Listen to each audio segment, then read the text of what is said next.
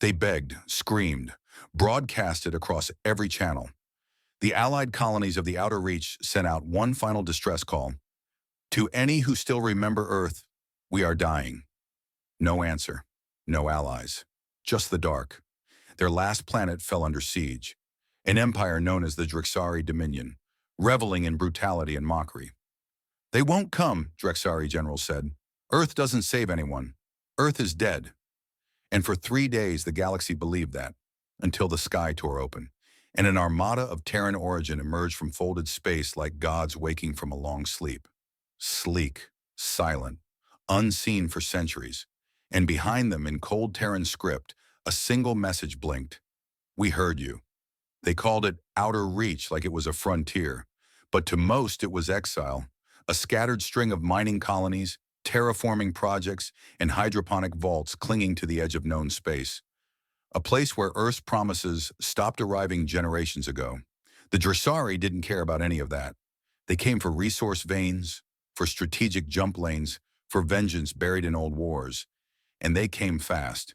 The first colony to fall was Gallows Breath, a hollowed-out asteroid with 3,000 families and one functional defense turret. It lasted 16 minutes.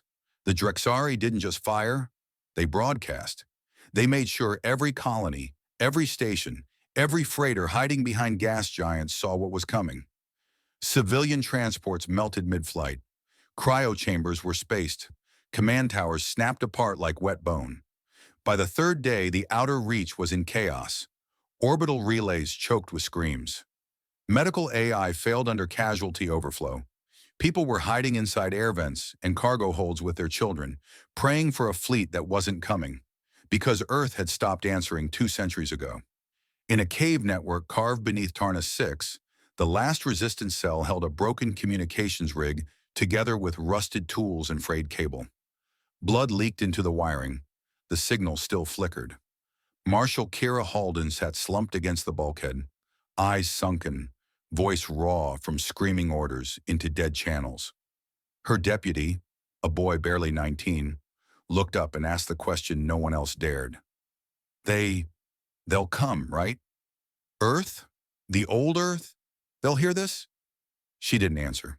She didn't lie either, just gritted her teeth and hit transmit. One final pulse. Meanwhile, in high Drexari orbit, Commander Virex Thule had the resistance leaders lined up in front of a projection drone.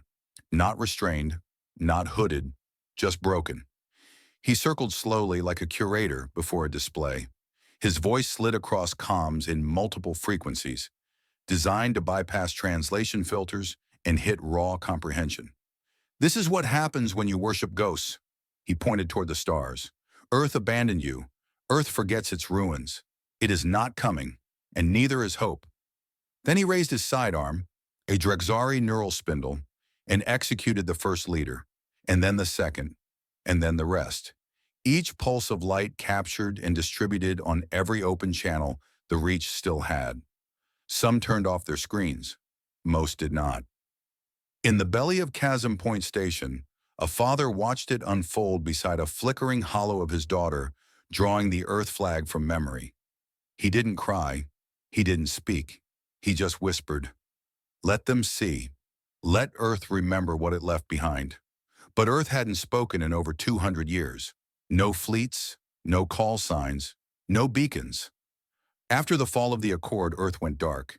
It closed its gates, scrapped its embassies, and erased its own path from every nav chart. Some said it had collapsed.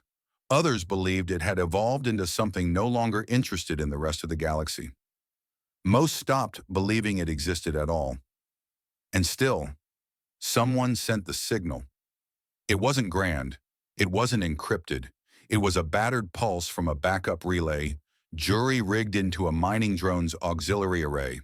4 words sent on a forgotten frequency, bouncing through gravity wells like a message in a bottle tossed into black water. They are coming, remember? On Earth, if it was still Earth, there was no recorded response, no blinking cursor, no code, no answer.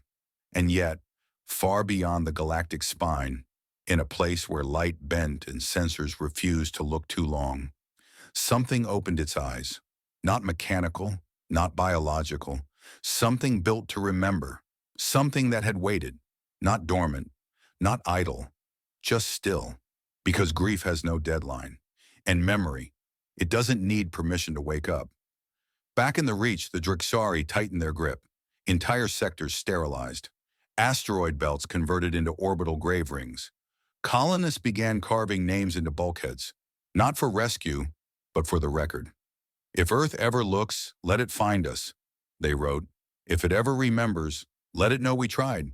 And somewhere across that endless dark, in silence thicker than vacuum, Earth heard them. It didn't roar. It didn't rage. It simply began moving, not to rescue, to remind. In the halls of power across the galaxy, Earth is not a location. It's a fable, a half-remembered name wrapped in contradiction. To the ruling Drexari elite, Earth is a footnote in conquest archives, a civilization too volatile to last, too sentimental to matter. Their historians say it plainly. They gave up. They were too emotional for empire. To scholars in the mid-rim, Earth is more myth than history, a story told in the same breath as vanished stars and sentient storms. They burned too bright, then they disappeared, one professor of exowar history explained on a popular holocast. Emotionally unstable, technologically advanced, yes, but spiritually fractured. On trade routes and scavenger stations, Earth is a bar fight conversation, half sarcasm, half awe.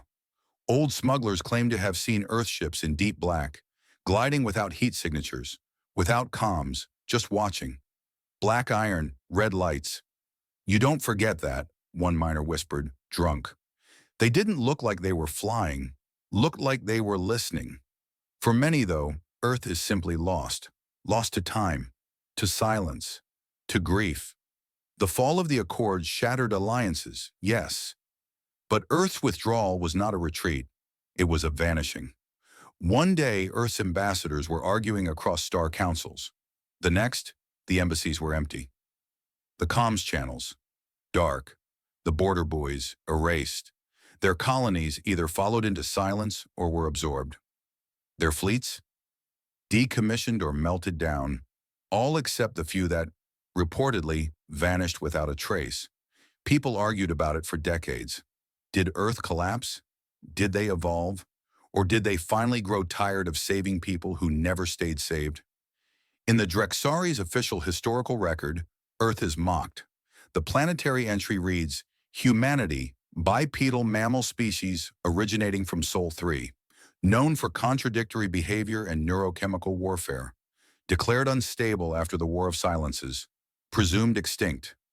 The line after that is optional reading. Most don't scroll down.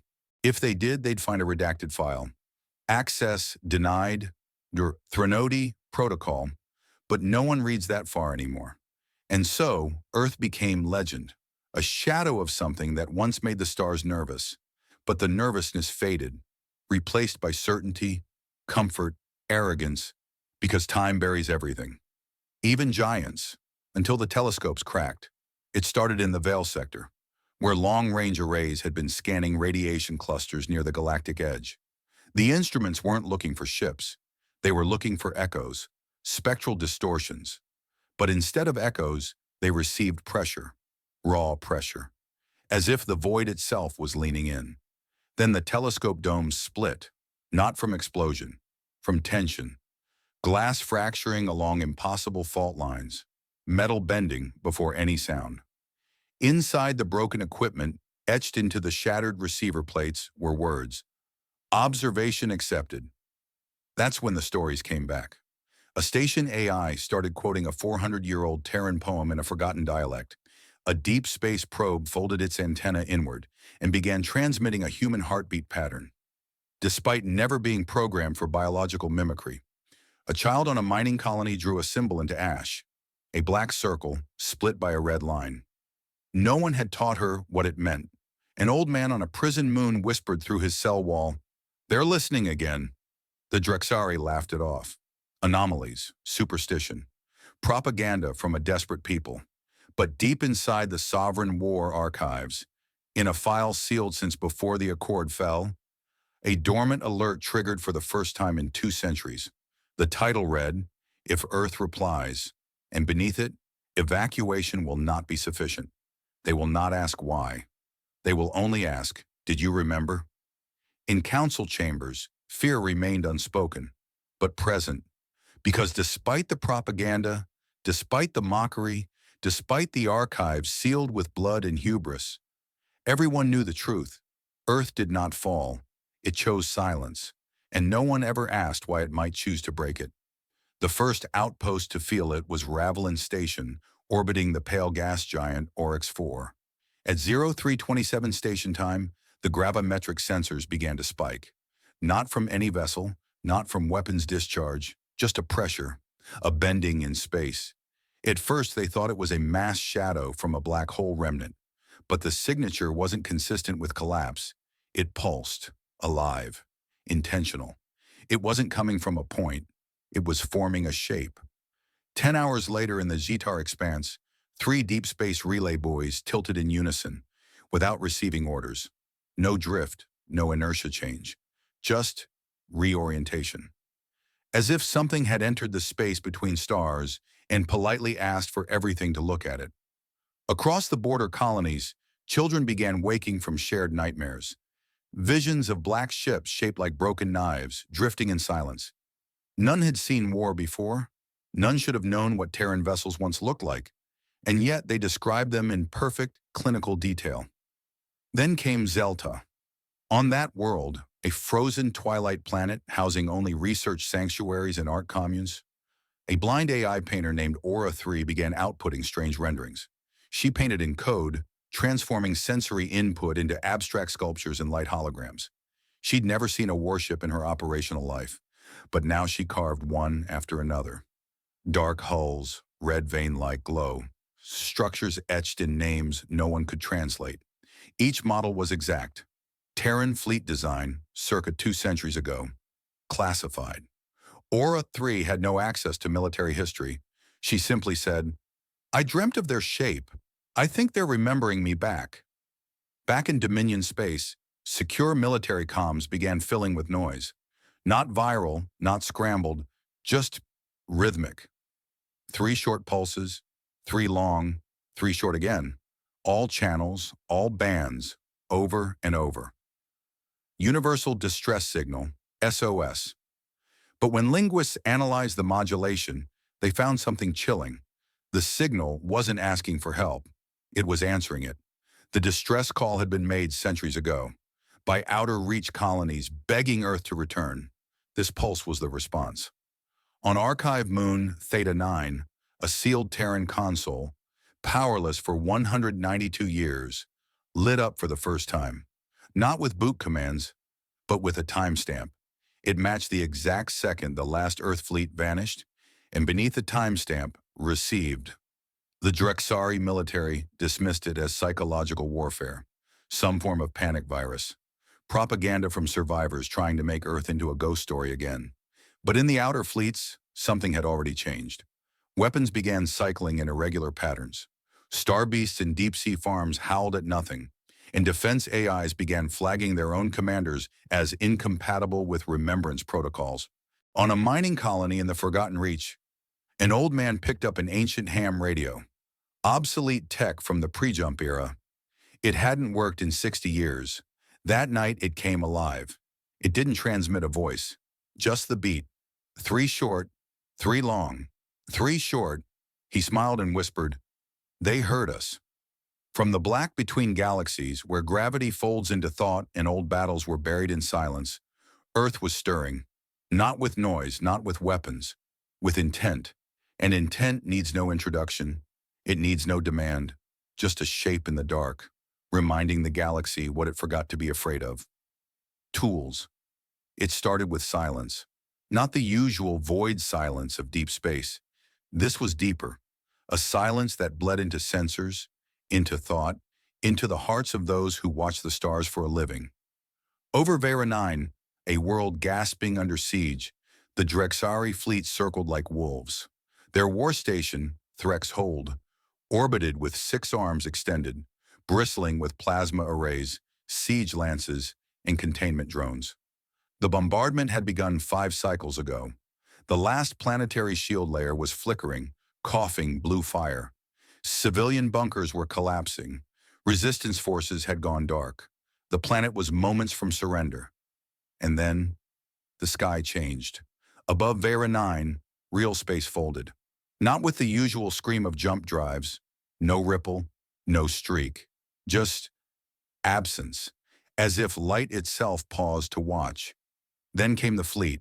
Hundreds of ships, larger than any vessel still in circulation. Black hulls. No insignia. No heat. No wake. Just silhouettes cut from gravity and silence. They didn't emerge. They arrived as though they'd always been there, and only now decided to be seen. Drexari Fleet Command went berserk. Orders shouted. Target locks initialized. Comms flooded, but no return signals came. The human fleet said nothing. No demands, no diplomacy, no posture, just presence. And then the first event was recorded. The 6 Drexari orbital guns powering Threx hold began to glow. Not from charge, not from overload. From the inside. One by one, each cannon's internal systems reversed. Components unthreading themselves. Magnetic casings peeling apart molecule by molecule. It was like watching a machine remember how it was made, then forget why. And then they collapsed inward. No blast, no wreckage. Just compressed stillness. Fleet Admiral Cothran Vex of the Drexari Armada screamed into his command feed. "Who fired?" No one answered, because no one had. In the next 13 seconds, the entire orbital defense grid went offline. Not from assault, from irrelevance. Weapons ceased to acknowledge targets. Shield matrices rekeyed themselves to human encryption.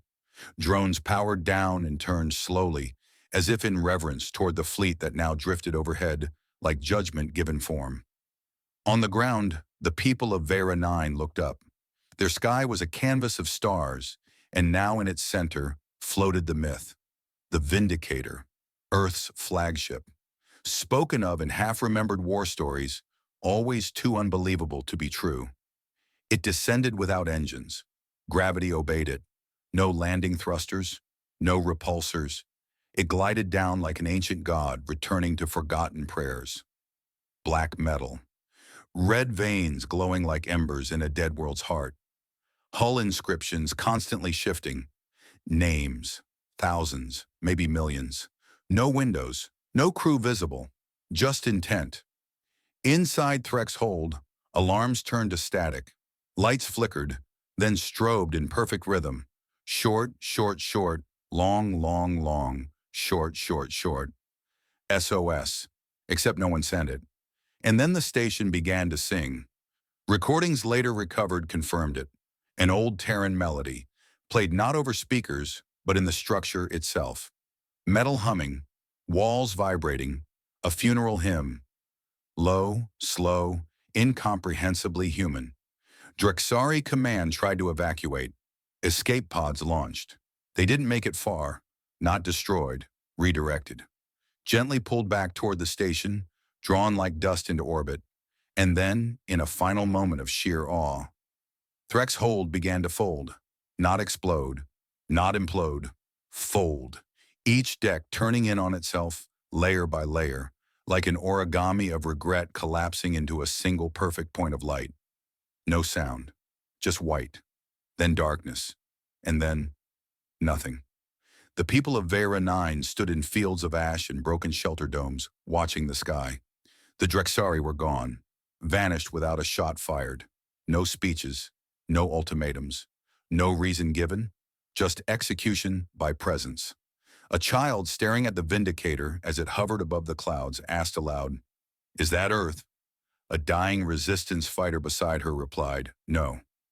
That's what Earth remembers like. Above them, the fleet didn't stay. It didn't wait for thanks. It didn't broadcast glory. It simply rotated, drifting into formation once more, and began to ascend. No star drive burn, just lift. And then the sky stitched itself closed behind them. The next morning, not one Drexari ship remained in the sector. Every planet that had flown the Dominion flag took it down. Not out of loyalty, out of fear, because war had rules, and Earth didn't come to play by them. It came to remind the galaxy that forgetting has a price, and now that debt was due. Long before the Drexari siege, long before the names of human colonies were reduced to footnotes and crater dust, Earth had already made its choice. It chose to go quiet, not out of weakness, not out of fear, but because it had nothing left to say, not to them, not yet. After the last collapse, when the Accord crumbled and the final Terran embassy was burned during the treaty riots, Earth sealed its orbitals. The gates were shut, navigation arrays scattered, trade lanes fractured like bone beneath pressure. The stars waited for a reply. Earth offered only silence. The galaxy interpreted it as defeat. But inside the Sol system, the truth was very different. They hadn't given up. They had simply stopped speaking and started listening. In the orbital ruins of the old Terran fleet yards, entire scrap yards were converted into libraries. Vessels once built for siege were repurposed into data engines. Planetary defense grids were rewired, not for offense but for memory. In underground citadels beneath Mars and Europa, AI clusters recited history like poetry, weaving together every battle, betrayal, loss, and lesson. And humanity learned the one truth they hadn't understood when they were conquerors. You don't defeat darkness by screaming into it. You outlast it. You outgrow it. Over decades, Earth transformed. Weapons became observatories. Soldiers became archivists. Ships became temples of remembrance. There were no broadcasts, no alliances, no flags. Just rebuilding, quietly, patiently, with clarity earned in pain. In one of Earth's preserved citadels, the Tranquility Bastion, a recording played every day at sunset. It was not transmitted beyond the solar system, but it was remembered. An old admiral, long dead, his voice cracked by time. We don't start wars. Pause, breath. We end silence. The children born after the collapse grew up without alien names in their textbooks. They studied silence as strategy, restraint as strength. When they looked to the stars, it was not with longing, but with warning. They did not believe the galaxy would change, but they believed they would be ready when it failed again. Over a century passed. The rest of the galaxy stopped waiting for Earth. Then they forgot Earth existed at all. And that was when Earth knew it was time. Deep in Saturn's shadow in a classified slipstream lab, the first listening engines were completed. They didn't scan for enemies. They scanned for regret. The kind that leaks through transmission cracks. The kind that slips between comms when a war crime is buried beneath a fake treaty. The kind of regret that bleeds when a child cries over a world no one can name anymore. That's what Earth watched for. Not fleets, not weapons, moments. Moments like Vera 9, like Ashfall Station, like the signal that simply read, "Remember?" And when that moment came, they moved, not to conquer, not to punish, but to remind, because the stars weren't listening anymore. So Earth chose to speak not in words, but in silence so loud it collapsed armies. Their return wasn't vengeance. It was inevitability, the result of generations who refused to let memory die, even when no one else cared, even when the galaxy mocked their absence, even when the silence stretched so long it felt like erasure. But Earth doesn't forget. Earth builds. Earth waits. Earth remembers. And when the galaxy's voice becomes cruel enough, careless enough, when another child cries under a sky that promised protection but delivered ash, Earth doesn't send a message. It sends the mirror and lets the silence end itself. Tools. It didn't look like war. It looked like a performance. Silent, deliberate, flawless. Across 3 sectors, the Terran fleet moved, not with fire but with intention. Vessels the size of cities, black and jagged, maneuvered in formation so perfect it resembled choreography. No urgency, no chaos. Only geometry made terrifyingly personal. The galaxy expected vengeance. It received precision. The first Drixari battle group, tasked with suppressing outer reach insurgents, vanished from grid space in 0.4 seconds. Not destroyed, unmade. Command links dissolved before counter orders could be given. Bridge crews stared in horror as their own screens inverted. then collapsed into data voids. Ships went dark. Not a trace of fire, just gone. Like the code that ran them had been rewritten and then erased. In the Riven Chain sector, an elite Drexari command node attempted to fire a gravitic warhead.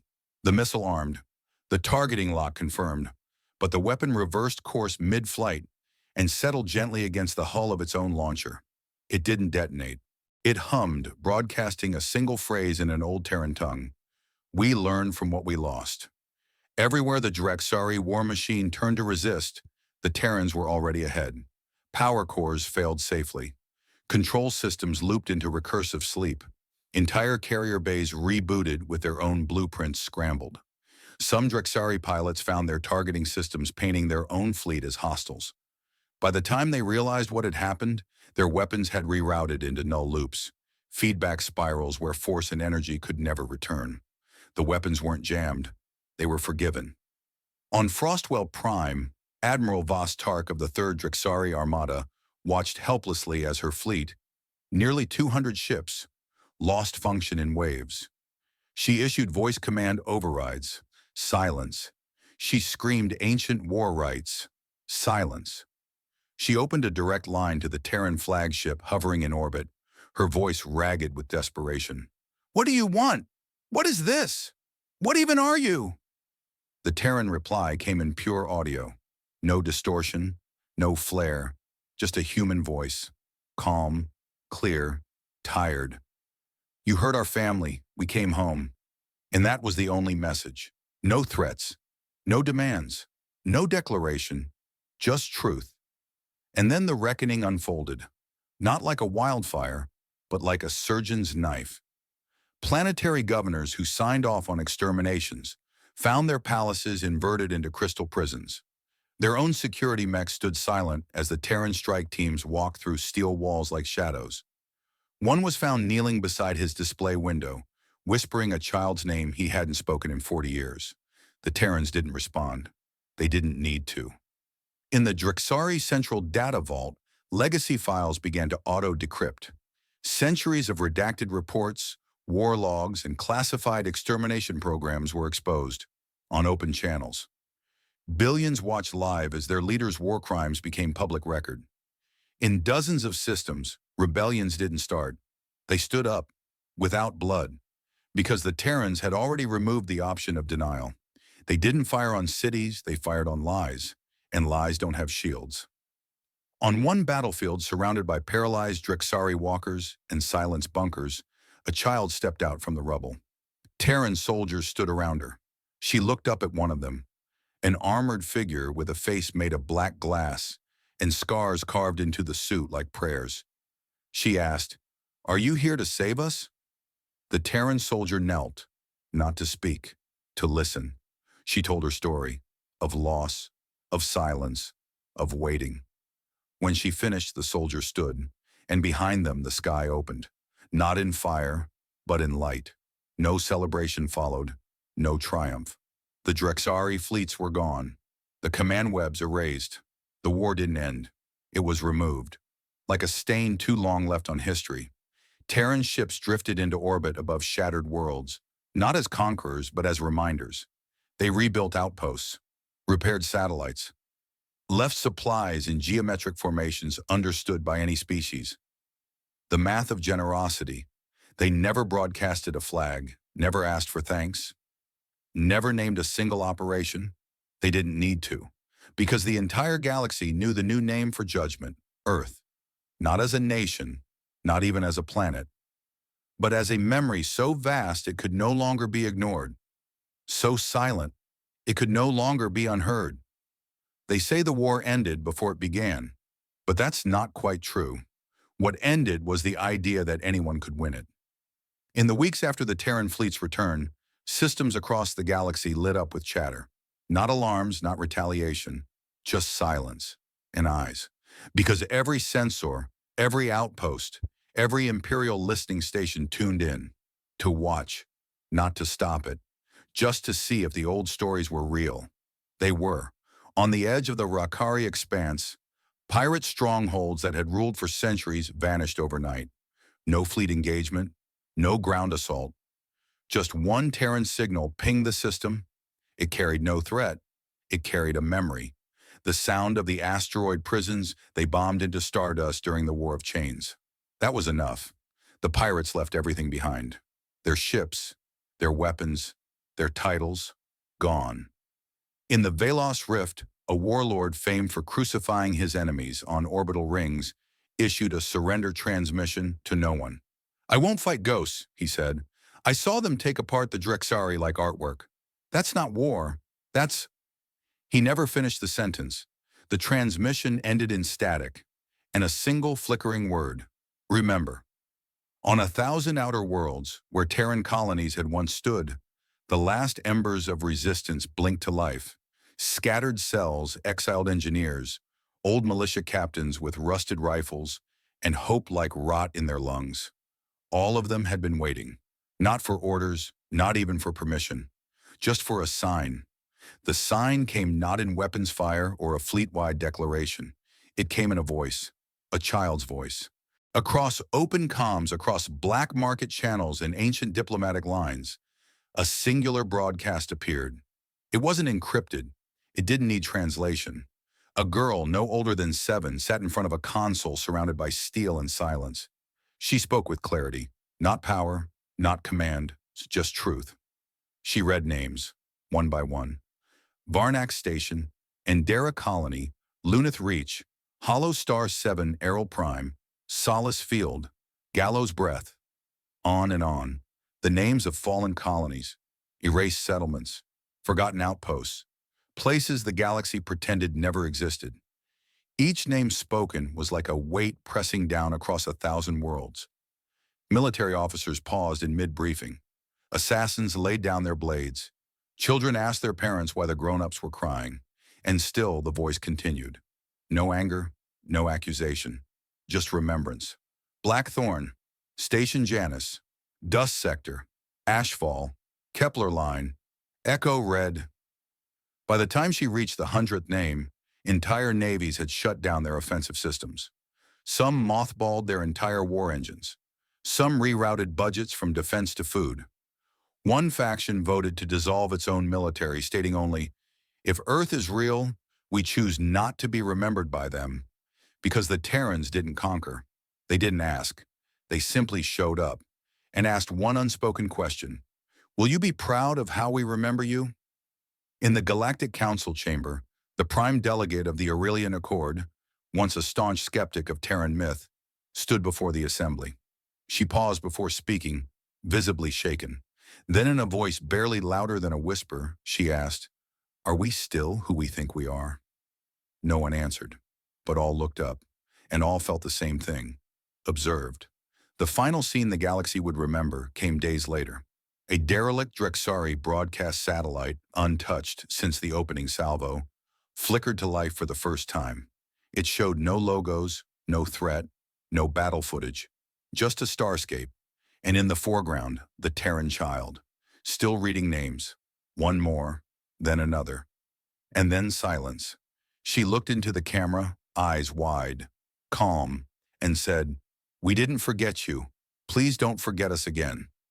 That signal was archived on every major world, translated into 92 languages, encoded into star maps, even tattooed onto the arms of soldiers who chose never to fight again. It became sacred, not because it commanded obedience, but because it carried the one thing more terrifying than war: remembrance. The stars never spoke the same way again. When the last Drexari weapon powered down and the final emergency beacon fell silent, the galaxy expected the Terran fleet to expand, conquer, absorb. They'd seen it before. Empires built on blood, then rebuilt on the ashes of others. But this time, nothing came. No landing craft, no declaration of occupation. The Black Fleet simply held position, silent, still, unmoving, watching. Aboard the Vindicator, command channels were dark. No orders were broadcast, no victory celebrations, no fanfare, only quiet check-ins, calm diagnostic pings, whispered conversations between AI clusters and surviving human crews. Across 82 star systems, Terran vessels drifted into low orbit, not above capitals but above ruin, above shelters, above places where civilians had once cried out, above the scars, and stayed, not as rulers but as witnesses. On the burned plains of Hollis Reach, a Terran shuttle descended. It was small, unarmed. From it stepped a single diplomat. Her armor bore no medals, no weapon, just a tattered Earth insignia on her shoulder, woven, not printed. She walked through the dust, past shattered buildings, broken markers, and people who had forgotten what hope looked like. And she said only this: "We didn't forget you. We just waited until we had something better to offer than vengeance." She didn't issue demands. She didn't stand above them. She sat, on rubble, on the same level as those who remained. And she listened. Listened to stories, to anger, to grief, to silence. And in that silence, healing began. Terran engineers fanned out, not with blueprints, but with memory. They didn't build fortresses. They rebuilt wells. They didn't erect flags. They planted gardens where orbital debris had scorched the ground. They didn't leave statues of generals. They etched the names of the dead, theirs and others, into the foundations of what would come next. In one system, they reactivated a school using orbital solar collectors. In another, they restored a data net, built not on propaganda, but on archived art, music, language, on culture. The things the galaxy forgot mattered in times of war. And the fleet? It shrank, not through loss, through release. Some Terran ships remained, gifted to local systems for defense, but recoded to require empathy protocols to activate. Some crews stayed behind, choosing to live, not rule. The rest drifted back into the black. Because this was never about dominion, this was about presence. In the capital of what remained of the old Drexari dominion, a child stared up at the sky and asked a question. "Will they come back?" His mother didn't know what to say, but just then, a single bright line crossed the sky. A Terran vessel, silent, slipping between stars, not stopping, just passing, watching. A monument now stands on the edge of the Ashfield crater, where the first signal was received. It's not tall. It's not grand. It's not made of marble or steel. It's made of mirrors, dozens of them, arranged in a ring, each one reflecting the stars, each one etched with a phrase in hundreds of languages. "We didn't come to rule. We came to remind you what it means to be worth remembering." And when children ask who those people were, the ones who arrived when hope was gone, when silence felt like death, the old answer is no longer fear. It's reverence. It's memory. It's earth. Not as a myth, not as a threat, but as the proof that healing can carry fire and still choose not to burn.